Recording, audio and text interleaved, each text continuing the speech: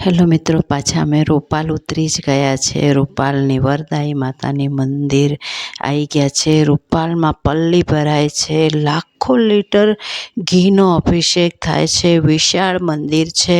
આ રસ્તા પર એટલું બધું ઘી હોય છે કે તગારા તગારા ભરી અને લોકો લઈ જાય છે. દેવી પૂજક લોકો બી એ ઘી વાપરે છે.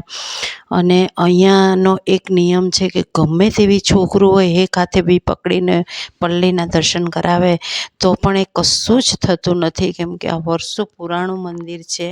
અને મંદિરની માયા એટલી બધી સારી છે કે તમારું કામ દરેક ફતે જ થઈ જાય. માતાજી દરેક સ્વરૂપે અલગ અલગ દર્શન આપે છે. એટલે અમે પહોંચી જ ગયા છે મંદિરે. મેં તો જોયું જ નહોતું, હું તો પહેલી વાર આવી છું અહીંયા. ને મેં પાછળ થોડા પલ્લીના મારા બાબાએ લીધેલા હતા, સ્ક્રીનશોટ પડ્યા હતા મારી પાછળ, એ મેં નાખ્યા છે ફોટા કે પલ્લીમાં કેટલું ઘી હોમાય છે. તો મિત્રો તમે જરૂર જોજો. ગાંધીનગર જોડે રૂપાલ ગામ અને પલ્લી ભરાય છે એ મંદિર. અને કોકવાર આસો સુદ નોમના દિવસે આ પલ્લી ભરાય છે. તો ચોક્કસ આવજો અને જોજો, અને મારો વિડીયો જરૂર જોજો. હું રમીલા મિસ્ત્રી, મારી ચેનલનું નામ છે 3075. મારો વિડીયો ગમે તો લાઈક, શેર ને સબસ્ક્રાઈબર કરજો જરૂરથી મિત્રો. બધાને હું કહું છું કે મારો લોંગ વિડીયો જરૂરથી જોજો. ગમે તો મંદિર બહુ સરસ છે માતાજીના. તમને ઘરે બેઠા દર્શન કરાવું છું. એક જ માત્ર એવું છે કે દર્શન કરવાથી બી પુણ્ય મળે.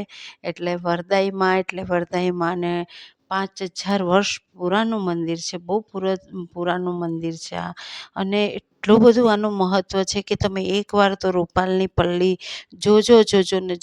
અને તમે ના જોવો તો યુટ્યુબમાં તમે રૂપાલની પલ્લી સર્ચ કરજો, એટલે તમને એ વિડીયો પણ દેખાઈ જશે. તો મિત્રો અમે પગથિયા ઉપર ચડી ગયા છે. મસ્ત મંદિર છે. કાચના દરવાજા છે. અંદર ઘૂસી ગયા છે. અમારી આખી બસના બધા જ છે અંદર. અને મસ્ત અમને એટલા શાંતિથી દર્શન થયા કે એની કોઈ વાત નહીં. અને માતાજીના દર્શન શાંતિથી થાય ને એટલે આખો દિવસ સરસ થાય. એક દિવસની યાત્રા હતા અમારી. અને હું ને મારા એક યુટ્યુબર ફ્રેન્ડ છે હિનાબેન ગજ્જર, એ પણ મારી સાથે હતા. અમે બંને અંદર ગયા. અમે નાના માતાજીના જે ગોખલામાં હતા એમના ફોટા લીધા, પોઝ લીધા. અને આ બી માતાજી હમણાં બોલું બોલે છે. સાડી મસ્ત પહેરાઈ છે અને લખ્યું છે કે મૂર્તિને કોઈ ટચ નહીં કરવાનું. એટલે અમે દૂરથી જ ફોટોગ્રાફી કરી છે, વિડીયોગ્રાફી કરી છે મિત્રો. જો આ છે માતાજી, કમુંડા માતાજી. અને આ જો નીચે લખ્યું છે કે મૂર્તિને અડવાની મનાઈ છે. એટલે અને આ છે અમારા માતાજી ચંદ્રઘંટા માતાજી. અને આ છે અમારા વરદાઈ માતાજી. જેમની પલ્લી નીકળે છે એ વરદાઈ માનું બહુ સત છે. અને સત તો હંમેશા આગળ જ રહે છે. એમને તો આટલું ઘી નહીં જતું હોય ને, કરોડો રૂપિયાનું ઘી અહીંયા 50 લાખ પબ્લિક હોય છે અને ઘી બહારના જ લાવે છે. અહીંનું યુવક મંડળ એટલું સરસ છે કે કોઈને કંઈ હાનિ પહોંચતી જ નથી. અને એ ઘીનો ડાઘ બી તમારા કપડા પર રહેતો નથી. ઘી ગમે તેટલું ઢોળાય, આપણા ઘરે ઘી ઢોળાય તો એનો ડાઘ જાય નહીં, પણ અહીંના ઘીની એ વિશેષતા છે. માતાજીના એ પરચા છે કે ઘીનો ડાઘ રહેતો નથી.